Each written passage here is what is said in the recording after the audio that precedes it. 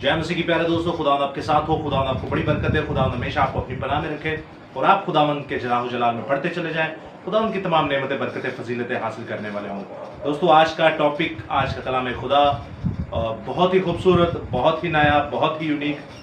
बचपन से हम लोग ये आयतें सुनते आ रहे हैं, बचपन से हम लोग इस इस्तबाक को पढ़ते आ रहे हैं। लेकिन दोस्तों याद रखिएगा, तकरीबन 90-95% लोग ऐसे हैं जो अभी भी गुमराह हैं, अभी भी उस तरह इस चीज़ को नहीं पढ़ते जिस तरह पढ़नी चाहिए।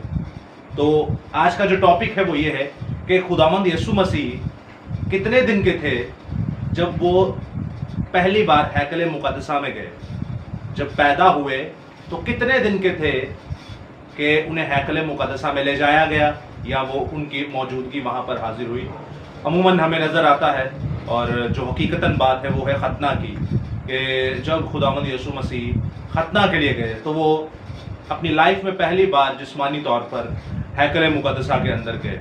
अब सवाल ये अक्सर हम लोग करते हैं कि खुदावंद यीशु मसीह पहली बार कब हैकल में गए, तो उसका जवाब ये आता है कि 8वें दिन जब खतना हुआ। कौन से दिन? 8वें दिन जब खतना हुआ। तो दोस्तों, हम इस इस्तबाक को देखेंगे कि क्या ये सही है, ये गलत है, ये सच है या झूठ है। तो आप इस अंदाज़ा लगाइएगा इस बात का कि हम पुरपट से बचपन से ये तालीम सीखते आ रहे हैं, तो हमारे पासबानों ने हमें क्या सिखाया है, और हम अपने ऊपर भी गौर करेंगे कि हमने तो कसम खाई है कलाम को ना पढ़ने की, हमने तो कसम खाई है शॉर्टकट मारने की, कि बिना कलाम पढ़े ही हमें सब कुछ मिल जाए, बिना कलाम पढ़े ही हम जन्नती हो जाएं, बिना कलाम पढ़े ही हमें नेमतें मिल जाएं, बिना कलाम पढ़े ही हमारी मुसीबतें टल जाएं, बिना कलाम पढ़े ही हम लानतों से छूट जाएं। ऐसा हो नहीं सकता। जब तक कलाम नहीं पढ़ेंगे आप लानत में रहेंगे, मुसीबतों में रहेंगे, बीमारियों में रहेंगे, कर्जों में रहेंगे, क्योंकि अल्टीमेटली जब कलाम अंदर होगा तभी आपकी मुक्ति होगी। तब आपको किसी बुजुर्ग, किसी नबी, रसूल, किसी पादरी की ज़रूरत नहीं पड़ेगी। ये खुदा के कलाम की जबिल्लत और कुदरत है।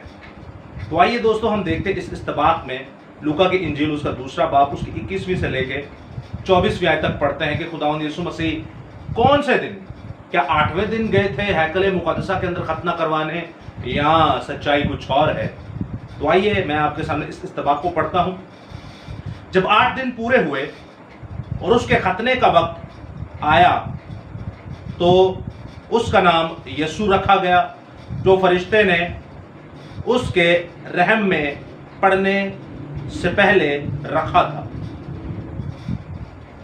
फिर जब मूसा की शरीयत के मुआफिक उनके पाक होने के दिन पूरे हो गए तो वो उसको यरूशलेम में लाए ताकि खुदावंद के आगे हाजिर करें, जैसा कि खुदावंद की शरीयत में लिखा है कि हर एक पलौठा खुदावंद के आगे, खुदावंद के लिए मुकद्दस ठहरेगा। और खुदावंद की शरीयत के इस कौल के मुआफिक कुर्बानी करें कि कुमरियों का एक जोड़ा या कबूतर के 2 बच्चे लाओ। कलाम खुदा का पढ़ा, सुना, समझा और कबूल किया जाना हम सबों के लिए बाइस बरकत का सबब हो। खुदा का शुक्र हो, आमीन। दोस्तों, आपने आयत मुक़द्दसा पढ़ी 21वीं आयत में, एक बार फिर से आपके सामने पढ़े देता हूँ। जब 8 दिन पूरे हुए तो उसके खतना का वक्त आया तो उसका नाम यीशु रखा गया। आप सभी जानते हैं, इस आयत को कोट किया जाता है कि देखे जी, यीशु मसीह, खुदावंद यीशु मसीह 8 दिन के हुए तो उनका खतना हुआ हैकल मुक़द्दसा के अंदर। अब ये हम इतनी स्पीड में पढ़ते हैं या इतनी बेख्याली में पढ़ते हैं, या हमारे पासबान हमें इस तरह पढ़ा देते हैं, उनको खुद भी अकल नहीं होती, खुद भी उन्होंने नहीं देखा होता, तो हमने तो कसम खाई, हमने तो देखना ही नहीं है ना। हम पता नहीं अपने मुंह से क्या बोल देते हैं, हम समझते रहते हैं कि क्या 8वें दिन ही यीशु मसीह गए। तो दोस्तों, मैं आपके सामने एक इस्तबाक पढ़ता हूँ खुदावंद खुदा की पाक शरीयत में से। खुदावंद खुदा की पाक शरीयत की किताब, अहबार की किताब, जो कि मुकद्दस मूसा की मुआरफत लिखी गई, अहबार की किताब में आपके सामने इस इस्तबाक को पढ़ता हूँ, उसका 12वां बाब और उसकी पहली ता 5वीं आयत तक। गौर से सुनिएगा दोस्तों, इसमें आपको पता चलेगा औरत के तहारत के दिनों का, औरत के कैसे बयान किया गया है, पाकी और नापाकी का, पाकीज़गी और नापाकी का, कि कैसे वो हैकल में जा सकती है और कौन से दिन जा सकती है। गौर से सुनिएगा, 12वां बाब उसकी पहली आयत से पढ़ूंगा। और खुदावंद ने मूसा से कहा, बनी इस्राएल से कह है कि अगर औरत हामला हो तो उसके लड़का हो तो वो 7 दिन तक नापाक रहेगी, जैसे हैज के अयाम में रहती है, और 8वें दिन तक लड़के का खतना किया जाए। 8वें दिन तक लड़के का खतना किया जाए। इस इस्तबाक को भी हम देखते हैं। और आगे लिखा 4वीं आयत में, इसलिए इसके बाद 23 दिन तक वो तहारत के खून में रहे, और जब तक उसकी तहारत के आयाम पूरे ना हो तब तक ना तो किसी मुकद्दस चीज को छुए और ना मकदस में दाखिल हो। और 5वीं आयत में लिखा है, और अगर उसके लड़की हो तो वो 2 हफ्ते नापाक रहेगी जैसे हैज के आयाम में रहती है। इसके बाद वो 66 दिन तक तहारत के खून में रहे। अब दोस्तों, इन दोनों दिनों को जब आप काउंट करते, तहारत के दिनों को और नापाकी के दिनों को, तो आपको पता चलेगा कि जो लड़का है उसके तहारत के टोटल दिन बनते हैं 40, और जब किसी औरत के लड़की पैदा होगी तो उसके तहारत के टोटल दिन बनते हैं, नापाकी के टोटल दिन बनते हैं 80। डबल आप लगा सकते हैं कि आप डबल इनमें डिफरेंस है, आसानी हो जाती है इसको समझने में कि किसी औरत के अगर लड़का पैदा होगा तो वो 40 दिन तक हैकले मुकद्दसा के अंदर नहीं जा सकती, वो नापाक रहती है, और अगर लड़की होगी तो वो 80 दिन तक नापाक रहती है, वो हैकले मुकद्दसा के अंदर नहीं जा सकती। तो दोस्तों, आइए हम इस इस्तबाक को पढ़ते हैं, क्योंकि हम सभी जानते हैं, क्योंकि किताब मुकद्दस में लिखा है कि खुदावंद यीशु मसीह शरीयत की मार्फत पैदा हुए, शरीयत की मार्फत उनका खतना हुआ, शरीयत की मार्फत वो बढ़े, शरीयत की मार्फत उन्होंने मुनादी की, शरीयत की मार्फत उन्होंने कलाम खुदा को पेश किया, शरीयत की मार्फत उन्होंने तमाम पेशन गोइयों को पूरा किया, शरीयत की मार्फत वो मुए, शरीयत की मार्फत वो जिंदा हुए, और शरीयत की मार्फत वो आसमान पर उठाए गए। एक एक चीज शरीयत की मार्फत यीशु मसीह ने पूरी की। तो ये कैसे हो सकता है कि हम पीछे देखते हैं कि 40 दिन तक औरत अगर लड़का हो तो वो हैकले मुकद्दसा में नहीं जा सकती, 40 दिन तक अगर लड़का हो तो वो हैकले मुकद्दसा में नहीं जा सकती।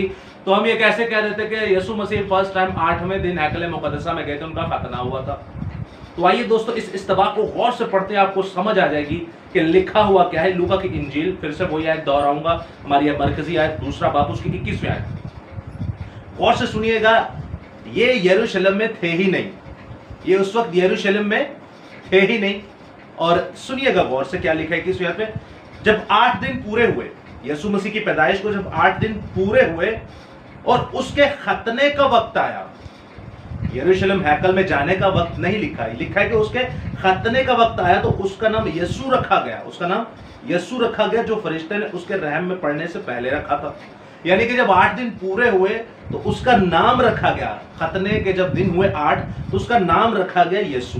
क्या नाम रखा गया? यीशु। फिर 22वें आयत में लिखा है, फिर जब मूसा की शरीयत के मुआफिक उनके पाक होने के दिन पूरे हो गए, मूसा की शरीयत के मार्फत उनके पाक होने के दिन पूरे हो गए, तो वो उसको यरूशलेम में लाए ताकि खुदावंद के आगे हाजिर करें, ताकि खुदावंद के आगे हाजिर करें। मुकद्दसा मां मरियम के पाक होने के दिनों के बाद उन्हें यरूशलेम में लाया गया ताकि हैकल मुकद्दसा के अंदर वो जाए और वो खुदावंद के हजूर में ये खुदावंद यीशु मसीह को पेश करें, और कुमरियों का जोड़ा और कबूतरों का जोड़ा उनके आगे पेश किया जाए। खुदावंद यीशु मसीह बहुत ही गरीब, बहुत ही ज्यादा गरीब फैमिली में से थे। आप जानते हैं, जब शरीयत की किताब को पढ़ते हैं, शरीयत की किताबों को पढ़ते हैं, शरीयत गो के पैदाइश से लेकर मुकाशफत तक खुदा की शरीयत ही है, शरीयत खुद खुदा है। अगर किसी को प्रॉब्लम हो तो वो बात कर सकता है। खैर, आगे जब चलते हैं आप, तो खुदावंद फरमाता है कि 2 कुमरी के बच्चे, कुमरियों का एक जोड़ा और कबूतर के 2 बच्चे, यानी कि ये गुर्बत को शो करते थे। जब कोई मालदार इंसान या लैंडलॉर्ड दौलतमंद इंसान होता था, वो सांड की कुर्बानी करता था, बैल की कुर्बानी करता था। उससे नीचे कैटेगरी में आ जाए वो भेड़ बकरियों की कुर्बानी करता था। सबसे नीचे कैटेगरी में आ जाए तो वो कबूतर और कुमरियों की कुर्बानी करता था। खुदावंद यीशु मसीह चरवाहे थे, चरवाहे हैं और चरवाहे रहेंगे, रूहानी तौर पर भी, जिस्मानी तौर पर भी। लेकिन उस वक्त वो कारपेंटर की औलाद में से थे, वो खुद भी कारपेंटर थे, गरीब गुरबा थे। और दोस्तों, आप देखते हैं कि उन्होंने कुमरियों और कबूतरों को पेश किया खुदावंद के आगे। और यहाँ पर हमें दोबारा टॉपिक की तरफ आते हैं। दोबारा मैं आयत को पढ़ता हूँ। जब 8 दिन पूरे हुए तो उसके खतने का वक्त आया तो उसका नाम यीशु रखा गया। हैकल में नहीं लेके गए। हैकल में 22वीं आयत में लिखा है, जब मूसा की शरीयत के मुआफिक, मूसा की शरीयत के अहबार में हमने क्या पढ़ा था? 40 दिन। जब लड़का होगा तो क्या 40 दिन बाद वो यरूशलेम में गए और हैकल मुकद्दसा में खुदावंद के सामने खुदावंद यीशु मसीह को पेश किया गया, हाजिर किया गया। तो दोस्तों 8 दिन जब हुए तब यसु मसीह को हैकल मुकद्दसा में नहीं लेके गए, बल्कि जब 40 दिन पूरे हो चुके कलाम खुदा के मुताबिक, तब यसु मसीह को हैकल मुकद्दसा में हाजिर किया गया खुदावंद के सामने। सो खुदावंद आपके साथ हो, खुदावंद आपको बड़ी बरकत दे। इस इस्तेमाल को, कलाम खुदा को दुनिया तक फैलाएं, ताकि आप भी बरकत पाएं, हम भी बरकत पाएं और खुदावंद का नाम ऊंचा हो। हालेलुया।